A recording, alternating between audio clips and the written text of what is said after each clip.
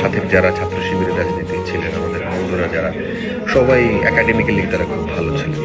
আমাদের এই যে প্রার্থী যারা আমরা দেখলাম, তাদের মধ্যে সবাই ফার্স্ট ক্লাস।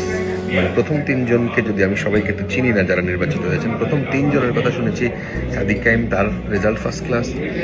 আপনার ওই এস এম ফরহাদ, তার রেজাল্টও ফার্স্ট ক্লাস। আর এজিএস হিসেবে যে ছেলেটা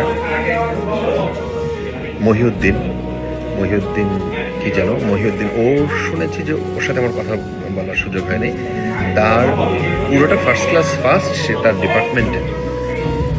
সো আমাদের ছাত্রলীগ এবং ছাত্র দলের যারা মানে রাজনীতি করেছেন, তারা রাজনীতি করতে গিয়ে বেশিরভাগ সময় এই ট্র্যাকটা হারিয়েছেন, মানে ভালো রেজাল্ট করার যে মেন্টালিটি সেটা হারিয়েছেন।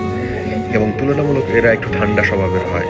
ছাত্র শিবিরের যেই ক্যান্ডিডেট তাদেরকে আস্থায় নিয়েছে, তারা ইফটিজিং করেন না মেয়েদেরকে। আবার তারা ক্লাসমেটদের সাথে তাদের খুবই ভালো, অ্যাপ্রোচ খুবই ভালো।